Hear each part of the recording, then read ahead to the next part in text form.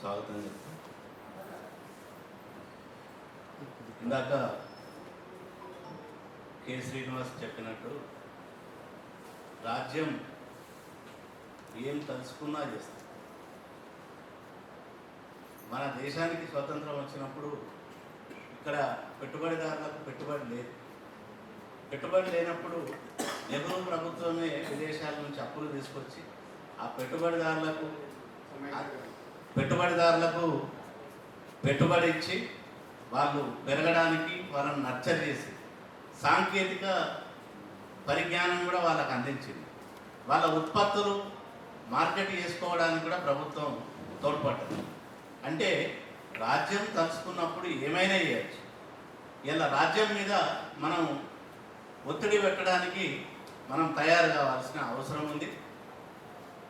గతం మనం తవ్వుకుంటే 2-3 విషయాలు నేను చెప్పి ముగిస్తా. కేసీఆర్ ప్రశ్నించే గొంతుకలను లేకుండా చేసి, అంటే అప్పుడు నిజంగా క్రియాశీలకంగా ఉండాల్సిన పౌర సమాజం వేచి చూసే ధోరణి అవలంబించింది. వీళ్ళే ఈ హరగోపాల్ సార్ కావచ్చు, లేకుంటే కోదండరామ్ కావచ్చు, వీళ్ళు మొన్ననే వచ్చింది కదా ప్రభుత్వం, దానికి కొంచెం టైం ఇవ్వాలి కదా, వాళ్ళు ఏం చేస్తారో చూడాలి కదా అని మాట్లాడేది వేచి చూసే ధోరణిని వాళ్ళు అవలంబించారు. అంటే అట్లా అదొకటే కాకుండా టోటల్గా ఉద్యమంలో పనిచేసిన అందరినీ ప్రభుత్వంలోకి తీసుకుంది. అంటే పౌర సమాజం అనేది లేకుండా చేసి అప్పటి నుంచి ఇప్పటి వరకు బలమైన పౌర సమాజం ఇక్కడ లేదు. అంబేద్కర్ గారు కూడా అంటారు, ప్రజాస్వామ్యము చాలా ఆరోగ్యవంతంగా నడవాలంటే బలమైన పౌర సమాజం ఉండాలి. ఇది చాలా మటుకు ప్లూటోక్రసీ అని అంటారు. అంటే సంపన్నుల పరిపాలన. అది ఎస్సీ కావచ్చు, ఎస్టీ కావచ్చు, ఇంకెవరైనా కావచ్చు. ఒక 100 కోట్లు పెట్టండి ఎవడు ఎమ్మెల్యే అవుతారు. ఎస్సీ కాన్స్టిట్యుయెన్సీలో కూడా వాడు ఒక 25-30 కోట్లు పెట్టండి వాడు ఎమ్మెల్యే కాదు. 25-30 కోట్లు పెట్టండి ఎమ్మెల్యే కానప్పుడు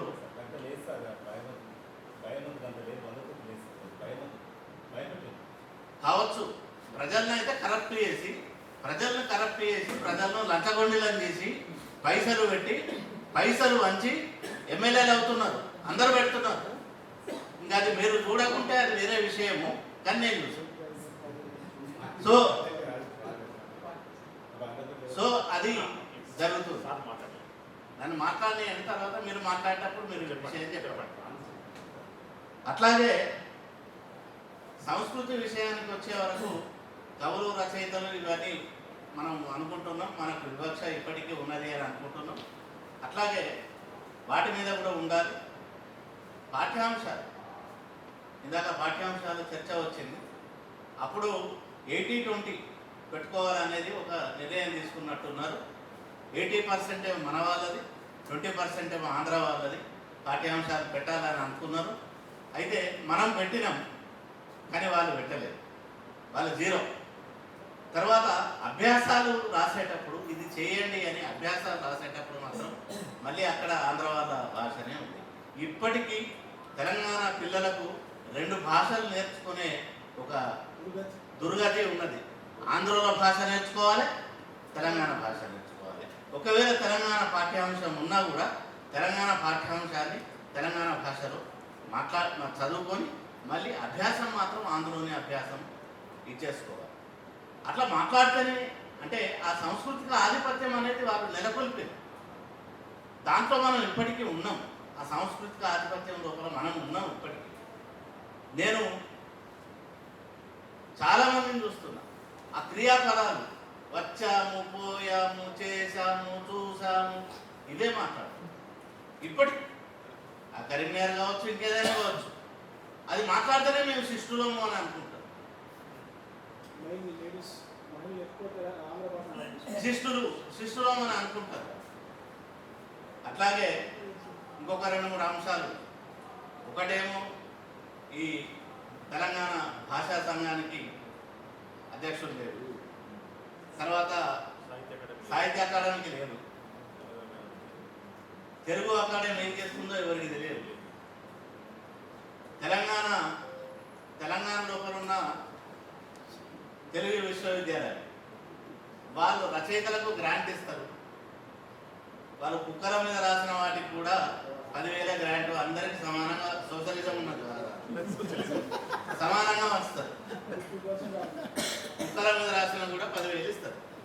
నేను ఈ కుక్క మీద రాసిన అంటే భాష కానీ మన సంస్కృతి కానీ దానికి సంబంధించిన రచనలు ఏమన్నా వేస్తే ఒక్క నిమిషం దాని మీద ఏమైనా గ్రాంట్ ఇస్తే బాగుంటుంది. ఈ అన్నిటికీ మించి జయశంకర్ గారు తెలంగాణ రాష్ట్రం ఒక డిమాండ్ అని చెప్పినప్పుడు ఇక్కడి సంపద ఇక్కడనే ఉంటుంది. అంతకుముందు ఇక్కడి సంపద అక్కడ వరదలు వస్తానో ఇంకేదో వస్తానో అక్కడికి తరలింపు జరిగింది. ఇక్కడి సంపద ఇక్కడనే ఉంటే ఇక్కడ వాళ్ళకు ఉపాధి దొరుకుతుంది, ఉద్యోగాలు దొరుకుతాయి అని ఆయన చెప్పడం జరిగింది. ప్రభుత్వం తలుచుకుంటే ఏదైనా చేయొచ్చు. ఎందుకు ఇక్కడ ఇందాక శ్రీనివాస్ గారు చెప్పినట్టు ఇక్కడి ప్రజలని, ఇక్కడి కాంట్రాక్టర్లను కావచ్చు, ఎవరినైనా కావచ్చు, స్ట్రెంథన్ చేయడానికి, వాళ్ళకి ఇన్పుట్స్ చేయడానికి ప్రభుత్వం తలుచుకుంటే వాళ్ళ దగ్గర అన్నీ ఉన్నాయి. కానీ మనము గట్టిగా తలుచుకుంటే అవన్నీ ప్రభుత్వంతో చేయించగలుగుతాము. ఇది ఈరోజు కాకుండా ఇది ఒక నిరంతర ప్రక్రియగా కొనసాగాలని, ఒక బలమైన పౌర సమాజం నిర్మాణాని కోసం మనం అందరం గట్టిగా పూనుకోవాలని తెలియజేస్తూ ఈ నిర్వాహకులకు అభినందనలు తెలియజేస్తూ అందరికీ నమస్కారం.